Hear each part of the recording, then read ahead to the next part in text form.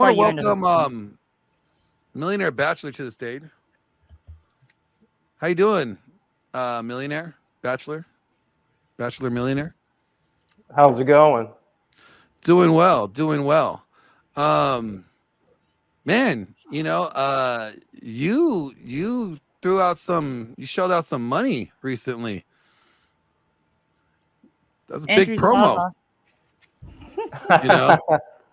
Like I think I don't know like whether Andrew owes you a thank you for the promotion or what. I think I deserve a thank you. I am an Andrew fan, but the Millionaire Bachelor's billboard is epic. It's October 12th, 5 p.m. here in Muskegon, Michigan on I-96.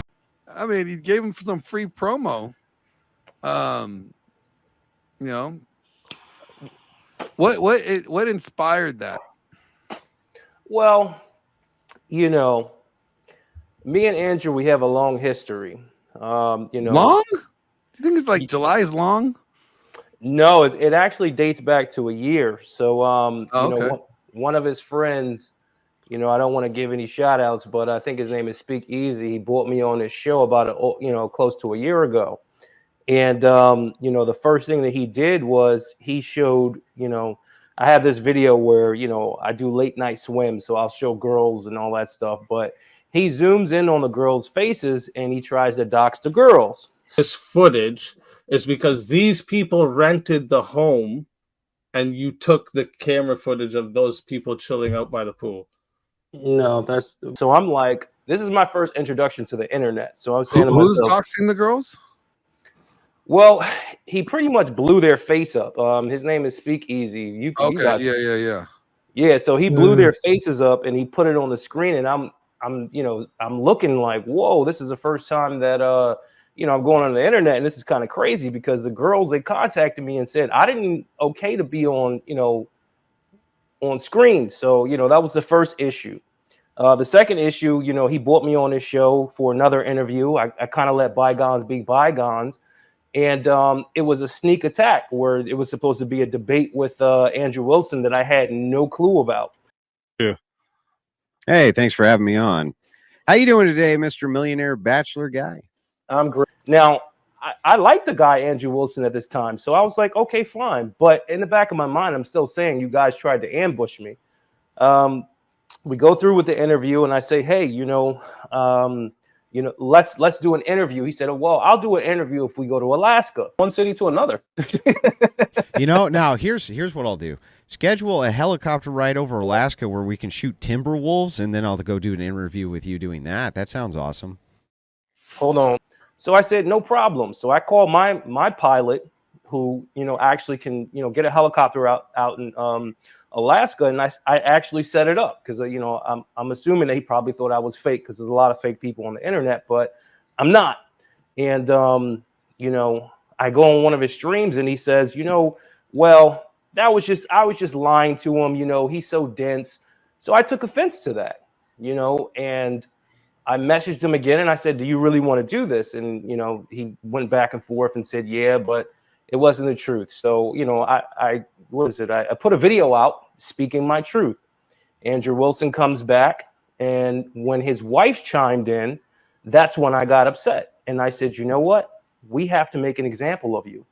And I put billboards all along I-96 and Route 31, along major highways and hospitals and airports, just so Andrew Wilson understands that I am his daddy. Now, what did Rachel say that upsetted you so much? Like, I don't recall. She called me 100 air. Oh, and so got it. Play with words on your name. Yeah, and I'm just like, don't do that. Don't play but the Andrew Wilson, I think this is where, he crossed the line. Most people say, he didn't dox me, but let me just say this. Let's say he didn't dox me. Andrew Wilson fucked up when he shared a front view of my mansion. And then he fucked up a second time when he said it was an apartment. Now, I just pulled the zoning for the building. It's a single family home. I understand that he's from Michigan and he doesn't really understand, when you're on the East Coast or the Northeast, the homes are vertical. They're more they're higher. So, you know, I understand he might not understand that, but don't call my shit an apartment. So, Now, I think I was listening to Good that night, stream. Glenn. I'm out. Good night. Good night. Have a good night. Night.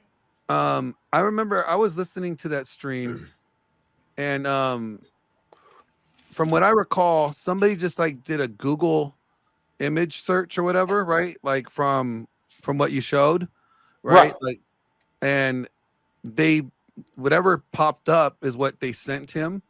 So I don't think like he was just seeing what the picture was. He was sharing the picture, like, so. I get it, but here's my issue with that. You don't share that on the screen for other people to see. And they found this apartment in Philly. Here it is. You ready, ladies and gentlemen? You ready for this? Here it is. Ooh, caught, bro, caught. You just got caught in 4K, bro. Woo!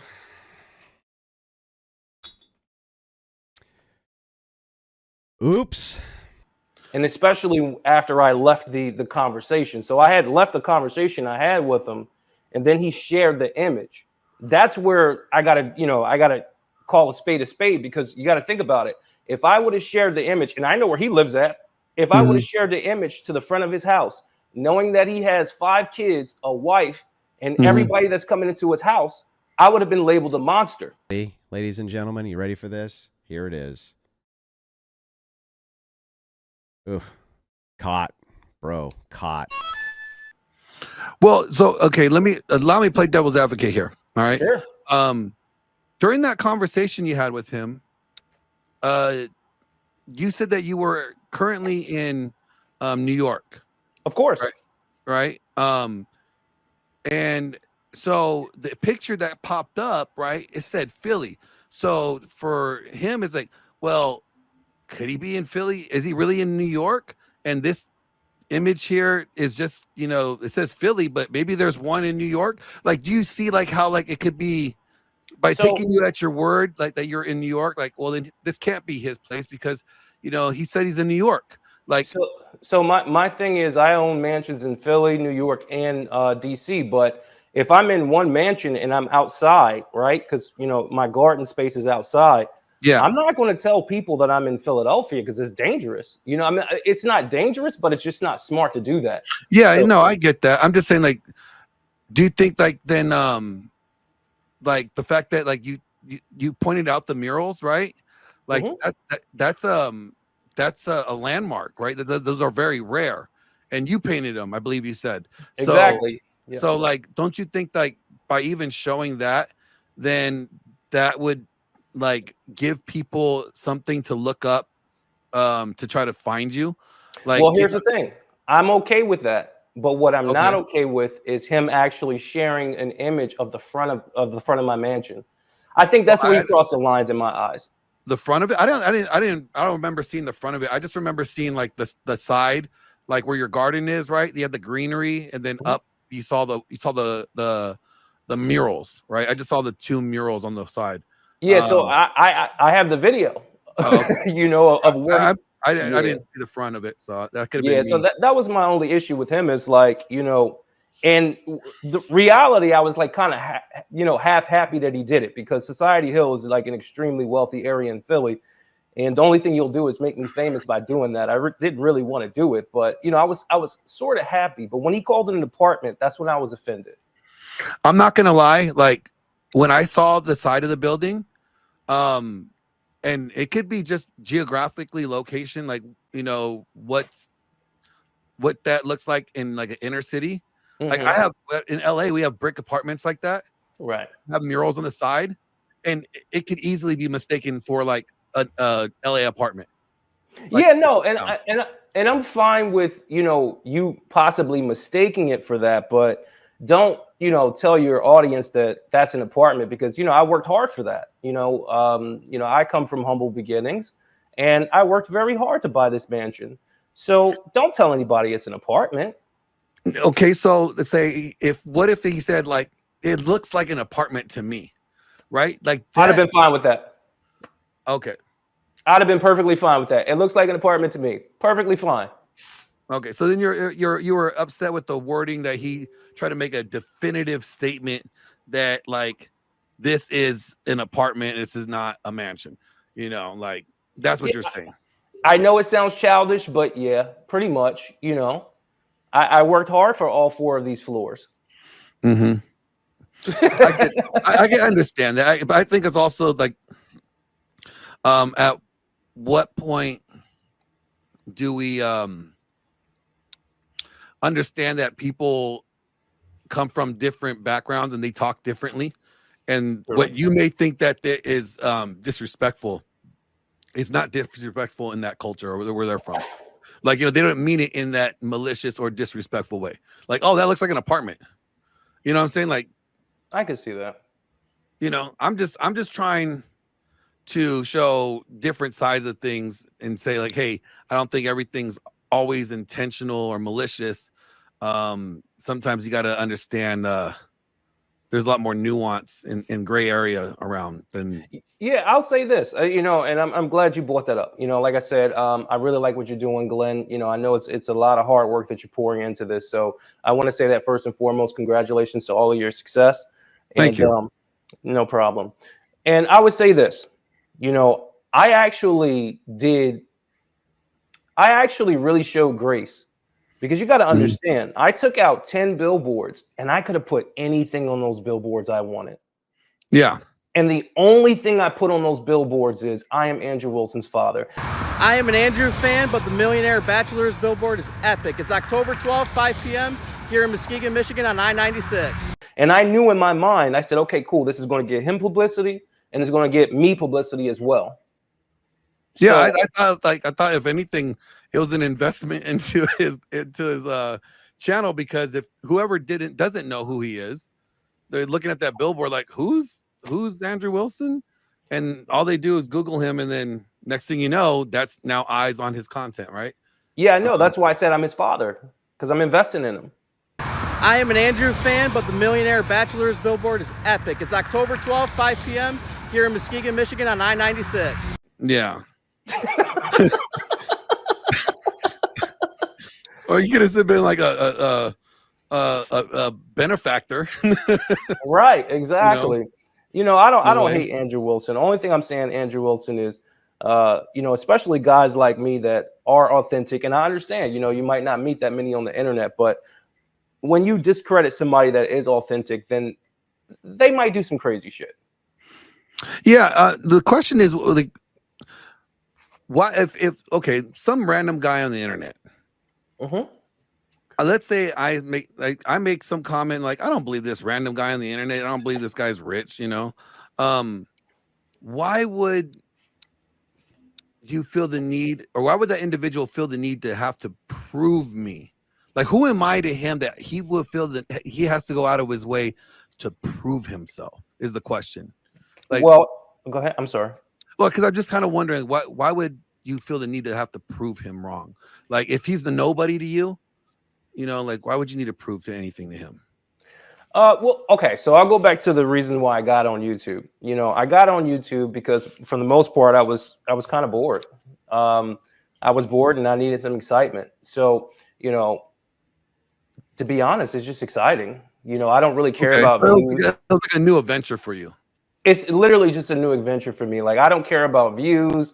I mean, because you got to think about it. I could pay for, you know, promotion and all that shit. I don't even do it. But for me, that was just some fun shit to do. I only saw stuff like that in the movies. Yeah.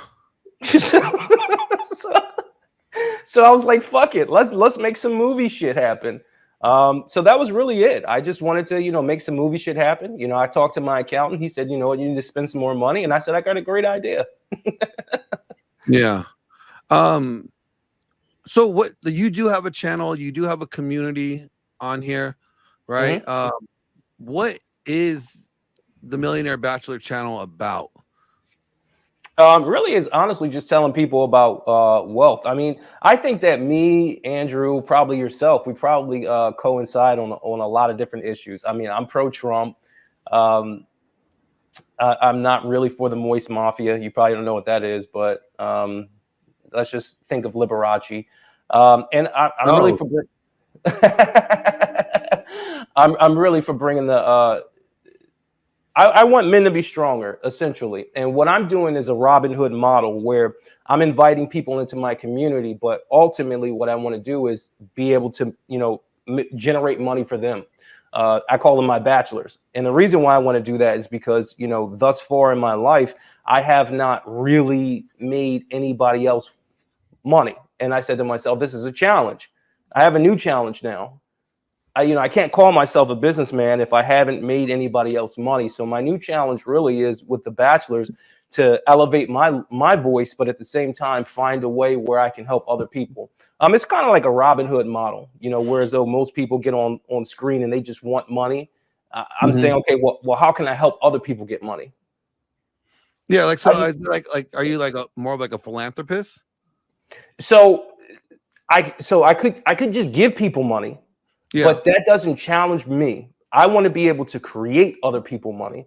And I also want to do it because, like I said, I have the bachelors, right? So think about like a group of individuals that are coming together and pushing the Millionaire Bachelor brand. So it's kind of like Andrew Tate's like Hustlers University or War Room. Only that they don't have to pay to join with me. So they don't have to pay to join your community. But where's the investment? Like, where's the skin in the game at then? For who? Them? Yeah, for the people joining. So we basically do screening just to make sure that they really are into the Millionaire Bachelor brand. I mean, we don't lead with, hey, we want to make you money. We don't lead with that. We just say, hey, you want to be a part of the community, blah, blah, blah. And after a while, it's like, okay, our main goal is to generate revenue for the bachelors. Like that's literally my main goal. And I want to do that because, like I said, this is a new venture for me. It's a new business. And I want to challenge myself to understand a digital marketing space as well and bring other people money. Now, but I think you said, like, if I'm correct, like before you were in like finance or something like that, like or the stock or something like that. Like, yeah, so I had a pretty much, my business career is definitely checkered, but when I first got out of college, I actually started a record label, and I have some pretty big songs with some pretty big artists. But that was just a kid, getting out of college and doing something that was fun. Shortly after that, I went to I was a hedge fund analyst at a company out in PA, and then I went to Wall Street. I was there for a while, and I said, you know what? I don't want to do this shit anymore. I don't want to ask another man, can I take a vacation?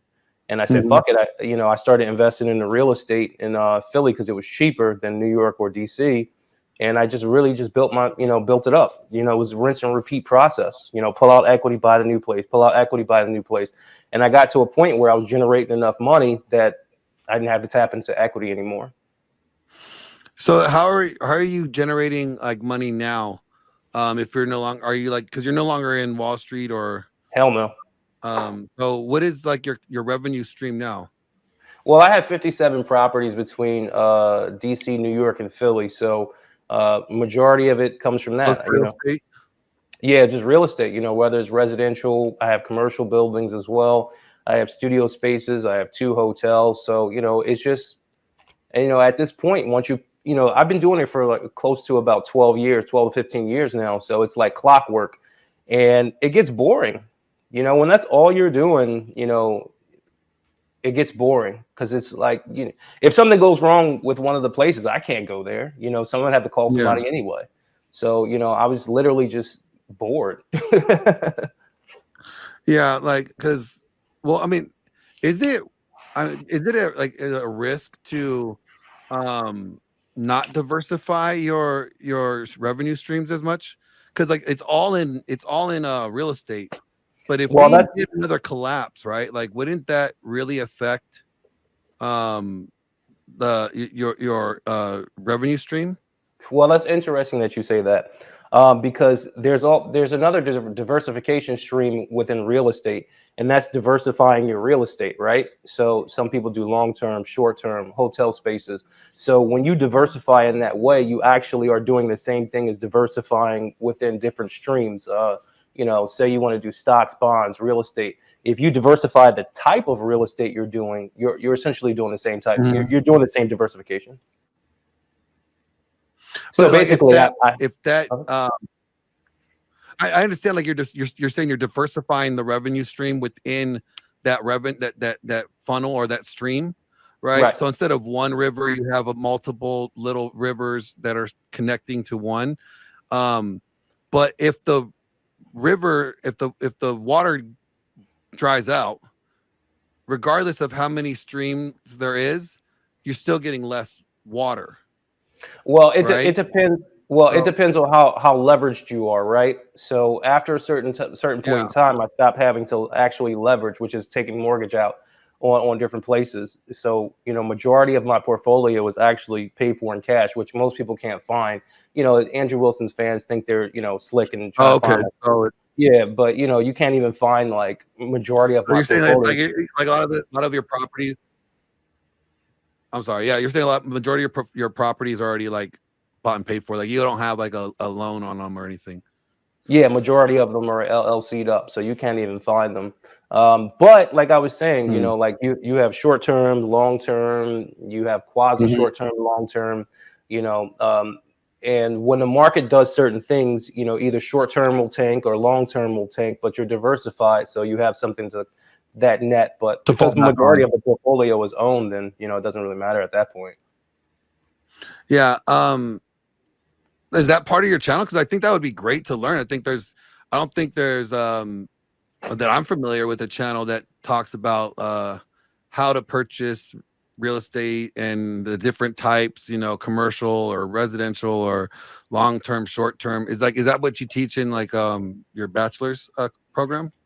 Yeah, so I teach that as well, but the main thing that I teach is the thought process you have to have, because I can tell you how to make $1 million a day, but if you don't have the correct thought process, you can lose it all, because it's not really just about acquiring money. It really is about discipline and the Mindset. way. Yeah, it's 1,000% a mindset. You have to really be dedicated to it. You have to be organized, and you can't spend money recklessly when you first get it. So I teach people the mindset, but I do it through a comedic way. When you look at my channel, you say, "Oh, this dude is over the top," but I'm doing it intentionally. Yeah, you're saying that you're intentionally not flamboyant in that sense, but like intentionally like overdoing it to prove a point. Exactly. It's supposed to be like witty humor, if you will. Most people actually take it seriously, and I'm like, yeah, I do think like that, but I don't talk to normal people like that. Yeah, a friend of mine wrote the book. AJ, what's the book that Laurent wrote? That's it's algorithm trading. Like set up the your trades using an algorithm. Short Yeah, selling with something about algorithm. It's on Python, Amazon. right? I can put a link to it here in a minute. Yeah. I'll find it. Like a year ago, he was doing this doing some research. So he was asking a bunch of us if we would give him like an hour of our time. He's gonna ask us a bunch of questions, and he actually conducted like this like interview, and you're just answering a bunch of questions about your family, just like background to stuff. And basically what he did was he was able to by your answers is break down your psychology of money, how you understand money, and by determining that determines whether or not you are like your mindset that you have with money, the way that you view money will determine how you are either wealthy or poor, or he could kind of pretty much like pinpoint your financial situation just based off how you view and understand money. Yeah, And he did to me too. I put the link to his book in the private chat and in the main chat. So if you want to pull it up on the share screen. Yeah. The funny thing about that, Glenn, is when you talk to certain people at a certain level, they can listen to like one sentence and understand everything about you, just because they've been doing it for so long and they've talked to so many different people. So what you're saying about that guy is definitely not far-fetched. Yeah. Here, I'm going to share the screen real quick so everybody can see the book. It's really interesting. And like he's like, oh, just by the way I answered certain questions, he was just like, that's Laurent. Oh, nice. Yeah, he lives in Japan. He was just like he just kind of knew, like, hey, did you guys, like, growing up, you had like probably something like this, right? And he's just like, yeah, how did you know that? He's like, just by the way that you answered these questions, I was able to understand like what your family's financial struggles were. Right. And that was really fascinating how he was able to do that. And so I guess, like, is that what you kind of do too? You kind of teach them how to review. So basically, I teach them the mindset that you have to have. Like, but like I said, I'll do it through a comedic way, like where I'll have a topic about what do I think about the Ukrainian war, right? And then I'll talk about Vladimir Zelensky, and I'll pretty much show a video of him dancing in heels, and I'll pretty much tell everybody that, you know, the mass media is really trying to, you know, trip you up. And majority of the individuals that you see in politics are actors. And the reason why I do that is because it opens up their mind to something bigger. You know, in order to be successful, you have to have an abstract mind. That's how you have to think. You have to, you know, be able to think very abstract, or you'll be kind of caught in that you'll be caught as a cog in the wheel, if you will. No, you can't have a narrow-minded. You can't. You can't say this is the only way. You have to be able to think outside the box a little bit. And that's difficult for a lot of people. Yeah. Yeah. I thought you had an interview with Pearl. Was that you? I've done a lot of streams of Pearl. Like, Holy shit. Pearl's like my little sister. Oh, that's dope. That's dope. Yeah. So I saw you guys throwing axes. I'm like, what the fuck? oh yeah, I mean, I got streams where me and Pearl are rapping in a car. What? Freestyling, yeah. Hell yeah. Okay, I like that. She's cool peoples. She's really good peoples. Hell yeah. I think she just. Sorry, I was in and out during that stream too, Glenn. Hopefully, I get another chance to have a chat with her. Oh yeah, I think she just posted like a vlog of when she came out here to California and me taking her up to Thor's house and she did, right? Yeah, and the interviews and stuff. Yeah, it was fun. Oh, you're in Cali? Yeah. Yep. I'm in LA. Are you serious? Yep. What? That's actually pretty dope. Yeah. Well, you know where I'm at. I'm in Philly, New York, and DC. But yeah. Yeah, I work in the film industry, so that's, you know, got to be where the films are. No way. I didn't even fucking know that. Somebody just, you know, somebody said, you know what, you need to check out Glenn Lawerence, and I was like, what? And I just checked you out. I was like, oh, he's like pretty cool dude. Oh, thank you. I appreciate that. Hell yeah, hell yeah.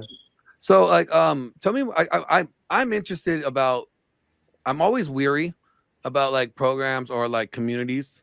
Like my community, like my Discord is pretty much free. Like you sign up to the YouTube membership, you get the Discord. Like I'm weary because I don't like selling things. I don't sell product. Like right. And the reason is because there's way too many snake oil salesmen right out there. And a lot of people take or prey on the people's desire to improve, right? They tell them bullshit. Exactly. You know, so don't take offense just by me asking questions, you know, inquiring questions, because I just always I'm always skeptical. I think you have to be. Right, you know. No, what I mean? I want people to know more about The Bachelor, so ask away. Yeah. So, what is the overall objective? Is it to help men get rich? Is it to help men get bitches and be rich, or is it to help them find rich bitches and get a sugar mama? No, not even any of that. Not even any of that. So my model is this. You know, everybody that becomes a bachelor, I platform them, meaning that, you know, you create your own YouTube page with whatever bachelor, and you know, whenever I'm live streaming, I'll give you guys shout outs so you guys can get more people to your channel, get your channel monetized. And realistically, it's honestly just a knowledge transfer. So I wanted to create it where I have diverse people that are bachelors. So I have people that are in real estate. I have app developers. I have IT people. So if you're in IT and you want to know about real estate, you guys can talk together. And the reason why I'm not charging for that is because you don't have to. You know what I mean? Like the bigger my voice gets, the bigger they get, the bigger it keeps going. We play off of each other. So if you go to any of my YouTube, if you go to my YouTube bio, you'll see like a landing page and it has all of the bachelors. Like I promote them Like, you know what I mean? They make their own money, and I don't really charge them anything. The only thing I need for them to do is actually believe in what I'm teaching. That's it, you know. And that's that's pretty easy to tell whether the person believes or they're just trying to, you know, get in to get some money. Yeah. So essentially what you're saying is it's kind of like the fresh and fit model where you're networking a bunch of people who are experienced in a certain trade. Well, I think with the fresh and fit, they had to pay to get in there. With me, it's you don't have to pay anything. Well, I'm just saying it's a similarity. With some differences, of course. Well, I'm not too familiar with their model, but if their model is knowledge transfer and also like, hey, I'm platforming you, like, you know, when you go to my YouTube and you know type in my bio and you see the website, all of their YouTubes pop up. So it's like it literally is me doing it with them as well. So I wanted to make it more like a community thing, and versus just, you know, Millionaire Bachelor, I'm out in front and it's just me. Because I see too many content creators, it's all about them, and I want to incorporate other people. It's basically you're creating a network of other wealthy individuals to help each other transfer information to improve their wealth overall. Like, well, they're not wealthy. Majority of the individuals that are in the group are not wealthy, so they're individuals that want to be wealthy. And that's fine. You know, essentially, how can I put it? They push my voice. yeah. So they're pushing my voice, right? But at the same time, by pushing my voice, they're pushing their voice because everything that, you know, that I have, they're tagged on it. So the faster I go up, the faster they go up as well. I don't touch their YouTubes. I have nothing to do with that. That's, you know, their own personal thing. So, you know, they get monetized. I'm monetized. But like they share your content, right? And by sharing your content, they spread it, which drives people to view more of your content. But in the same time, people will follow them to be able to keep track of more content. Like, is that what you're saying? Yeah, sort of like that, but also they're going to become their own personalities as well. So it's like but they have to already have a channel, right? Like they already have to have a channel and develop their channel on top of pushing yours or restreaming or re-sharing yours, right? No, their channels are new. Once you become a bachelor, you create a channel, and you know, it's fairly new. I mean, they're going to get traffic from me posting, you know, their links and telling people to follow them. And the reason why I did that model is because the easiest way to get ahead when you're dealing with success is to always have other people that are successful. And I said to myself, you know what? Why don't I create other people that are successful? So if anything, you know, if I want to do this YouTube thing, then this guy has 30,000 subs. That guy has 30,000 subs. So I can never fall. So I want to, you know, create like this space where, you know, I'm propelling them up and they're propelling me up at the same time. Yeah. And how like is your channel relatively new? Like how long have you been on YouTube again? I've only been on for like a year, but I've only really, you know, been posting for the last 8 months, to be honest. Outside of that, yeah, I was pretty much new to it. When you go to my earliest information, it's just voice clips, literally just voice clips. Yeah. Okay. So I'm like new, like very new. Oh, okay. So that's pretty cool. And like do you have like other like streamers like are like reputable or not reputable, but maybe more like household name like streamers that you like collaborate with regularly or? Oh, that means you definitely don't know my material. Yeah, I've been through a lot. I'm sorry. I've been through some spats. Oh, okay. Yeah, like beef, I mean, like real beefs type of thing. Well, you know, I you might not know him. His name is Saint and Sinner. He hangs out with Fresh. Marquette. Yeah. So essentially, he was actually the first person I did business with. You know, business for me is, hey, I'm going to pay you for your time because I don't know you. You know what I mean? So I went ahead and paid him a couple of grand to, you know, put a video on his page because obviously he has a higher following than me. And, you know, after I paid him, you know, maybe about a week later, he took the video down. And I said, okay, well, if you take the video down, give me the money back. I don't really care about the money, but it's principle at this point. Yeah. And he never gave me the money back. And on top of that, I re-uploaded the video and he tried to get me a copyright strike. So we went on this whole tiff. So we have a whole story of going back and forth. Yeah, it got pretty hairy. Yeah, I mean, I know Marquette.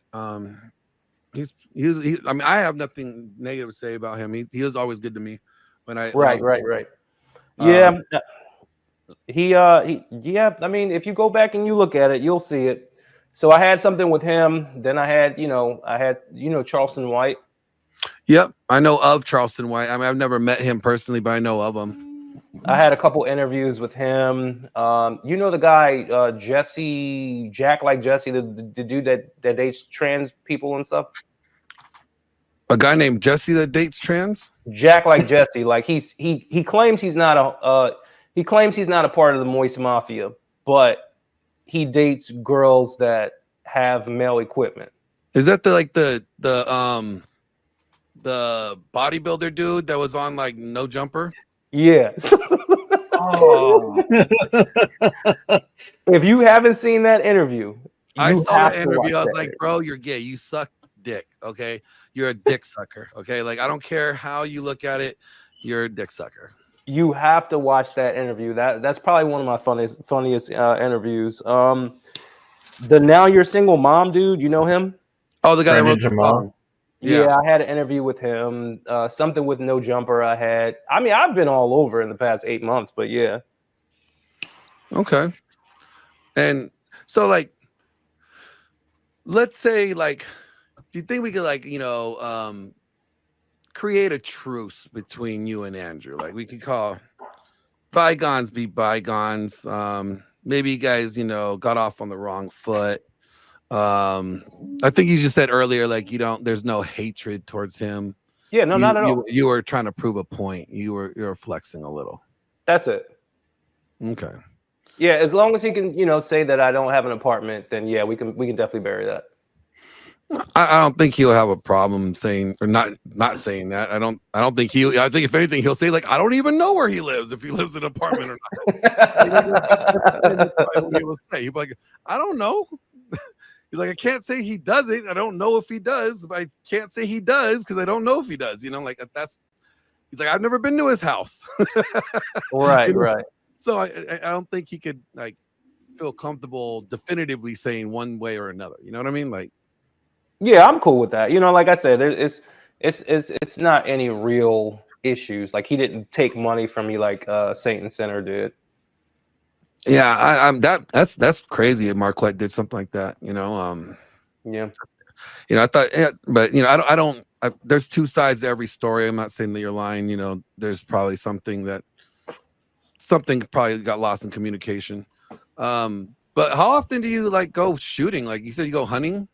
Like or was that just like Alaska that one time you guys were gonna go do that? Yeah, so I was gonna go with Andrew Wilson, but in terms of shooting, I just usually go to the shooting range. Nice. Yeah. Like, isn't Philly pretty strict out there? Like when it comes to like gun laws? Like are you guys only allowed to have like only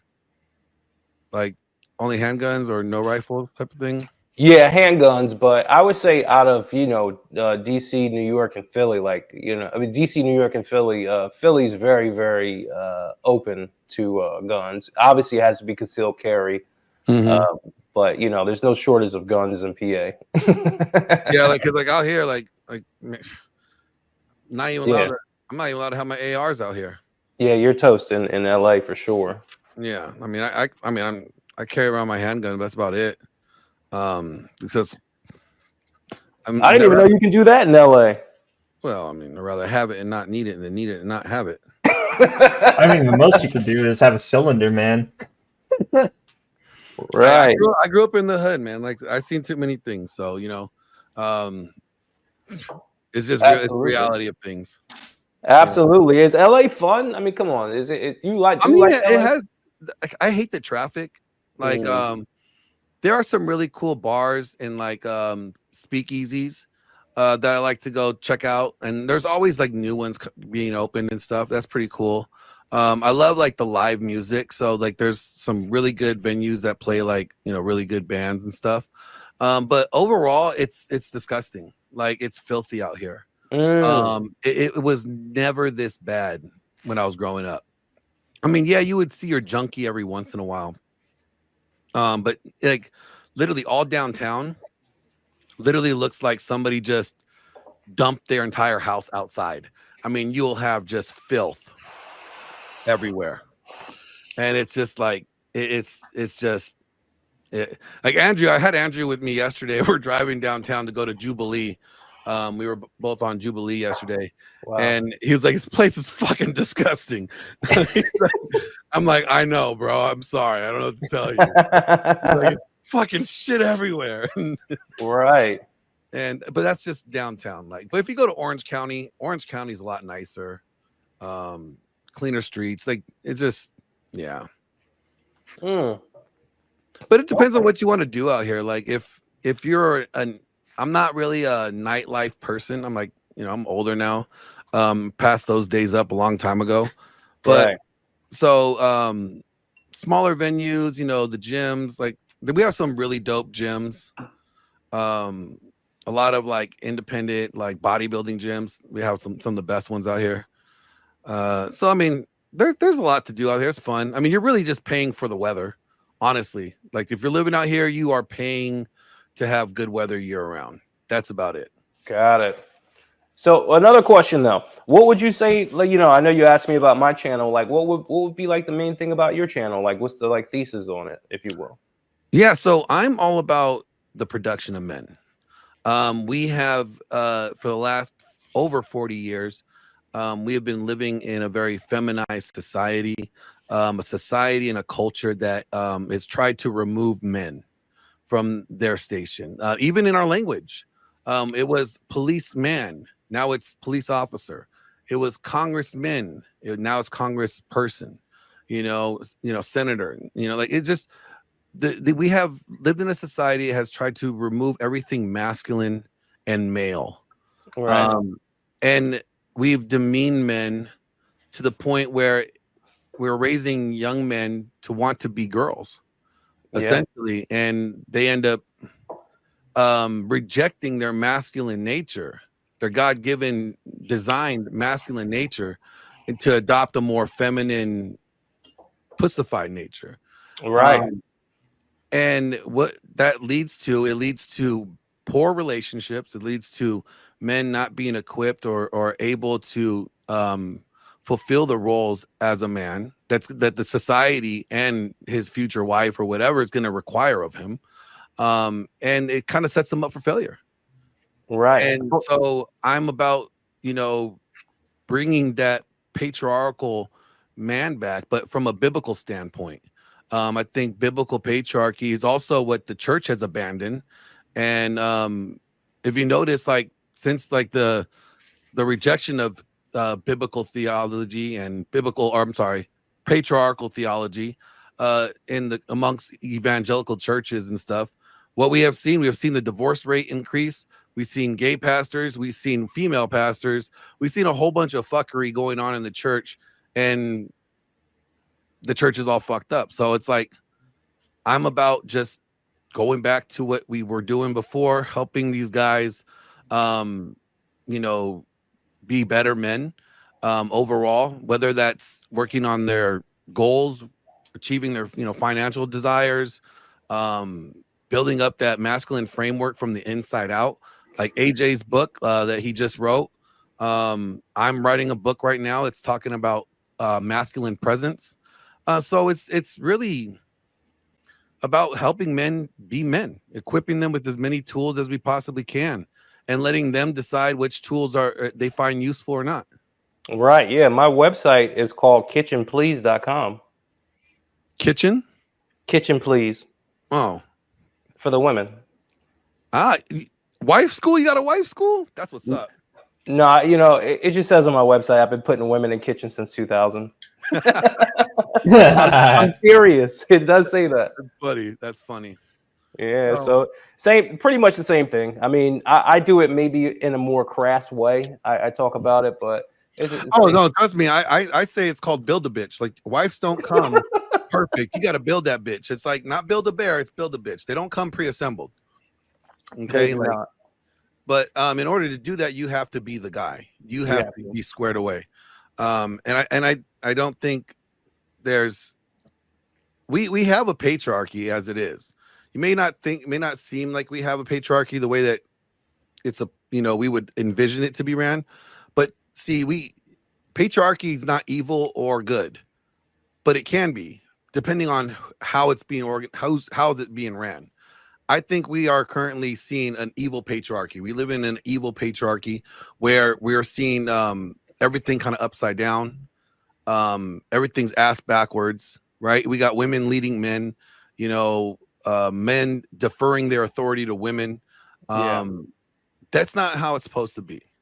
In a good patriarchy, we will see that the patriarch is not like self-seeking and entirely self-ruling, like I'm going to do this because I have the power to. No, he wants the tribe, the people underneath him, all to succeed, because if they succeed, he succeeds. If they're moving forward, they're following his, vision, and they're moving with him, then they succeed and they all rise, right? Like a rising tide lifts all ships. Absolutely. And that's really what the goal is.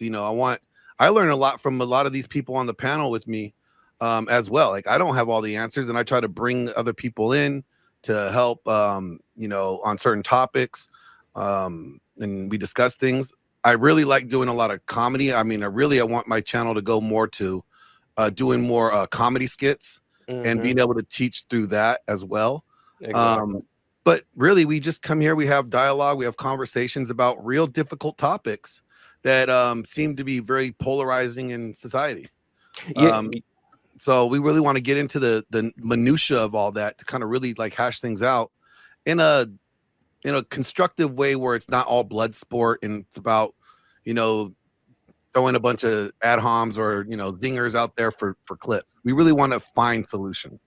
Exactly. And, on my channel, I basically, I analyze the why things are like that. Like I'll say something like, women entering the workforce, obviously push the wages down, and women were tricked into the workforce, and I'll give them the why, because if the system is broken and there's no family, everybody's a consumer. The people that own all the stores at the top, they get all the money. They actually lose money when families are together. So I kind of break it down, for my audience as to why it's happening. Yeah, it benefits society when if we keep families intact. Like right now, we see a lot of propaganda being pushed at women. And like I said earlier, what do you think women vote for? Women only vote for things that for laws or, candidates that are going to allow them to kill babies, divorce men and get money from them, and sell their butthole online. Like, and then complain when they're old and they don't have anybody. Yep. And all those three things that women vote for is destructive to society. Yeah. I mean, there was this one book that I read, and I won't take up too much time, but there's one book when I was a child, it was about Hercules. And, this one guy, he was punished. He was, punished with holding up the earth. And Hercules comes along, and Hercules is just happy. And he's like, hey, how can I help you?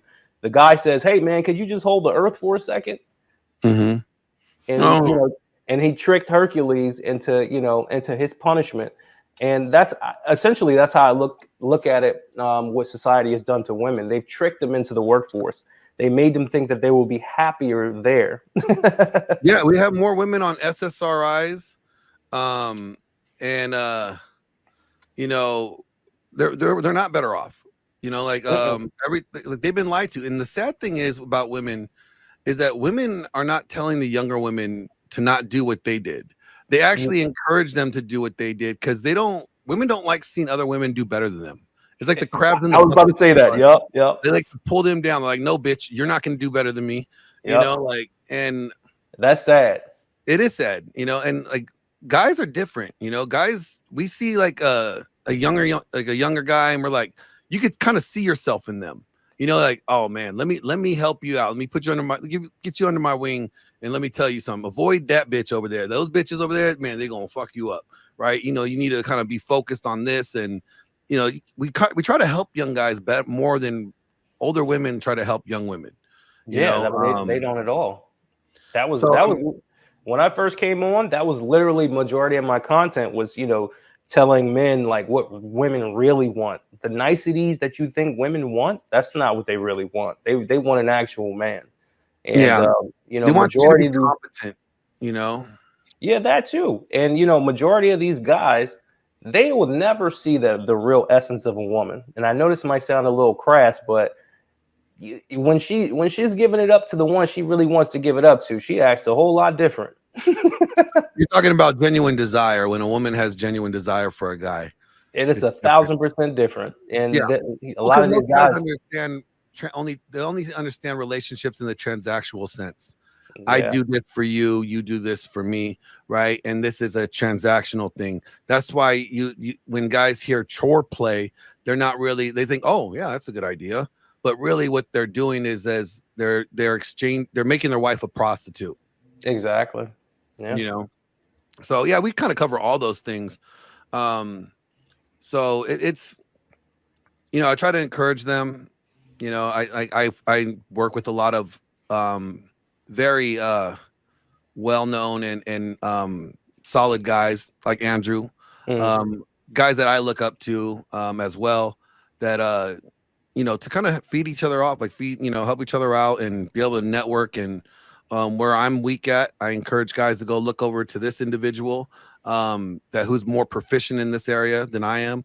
And vice versa. It's just a network of exchanging information and pointing people in the right direction. Yeah, I mean, at the end of the day, the people at the top don't give a fuck about any of us. No, they don't. They don't. And the way things are right now, it's designed to make you fail. The only way that men or anyone can actually succeed is if they come together and as a collective and be able to exchange that information. Like the red pill was established based off a bunch of guys swapping notes on how to get their wives to fuck them again, right? And in doing so, they created this network of men, right? And it's kind of the same mentality. I want to be able to just bring people on, swap notes with them, see what works, what doesn't work, and trial and error, and just have that information be exchanged. Like the game is to be told, not sold. You know what I'm saying? Like, remember, like the saying used to be, the game is to be sold, not told. Yeah. No, I don't want to. I'm not here to sell anything. Because if there's somebody that's really in need of something, they should be able to get it. They should be able to, someone should be able to help them out. Not saying that they're entitled to it, but they should there should be a place for somebody to be like, hey, let me give you some insight. Let me give you some help. And give you some tools so that you could go out and be successful. Right. Yeah, I agree. As long as they're asking for it. Yeah. Like I ain't going to do the work for anybody, but what I could do is at least point them in the right direction so whether they could be successful, or give them the information that I have found useful, that has helped me, and, let them run with it and see how that helps them. And none of that comes out of price tag. I don't charge for any of that. Yeah, I don't charge either because I don't want to feel a burden to have to do something. Yeah, I think that charging people when they are in the dire need, I think it's stupid. I'd rather give it away, the information I have. I'd rather give it away for free. And if you decide that you want to pay it forward somehow, or it always comes back. I'm not worried about dollars and cents when you're doing the right thing. Blessings do come. That's I agree. I agree on it. You're a cool guy. You're a cool guy, Glenn. Appreciate it. You're a cool guy. But listen, I'm gonna get out of here. It was good talking to you. I'm definitely going to join your stream more often, support a little bit more often. Thank you for the time. Yeah, no problem. Thanks for coming up. I do want to try to see you and Andrew be able to mend some things. That'll be good. All right. Well, listen. I mean, if he's okay with it, you're okay with it. We could hash it out on one of your streams if you want.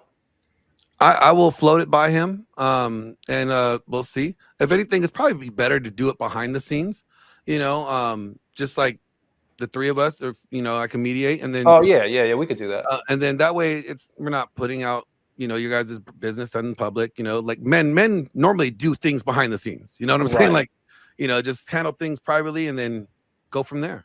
All right, cool. Let's set it up. I will reach out to him, and I'll let you know. All right, Glenn. Have a good one. You as well. You too. All right. See you guys. Take it easy. All right.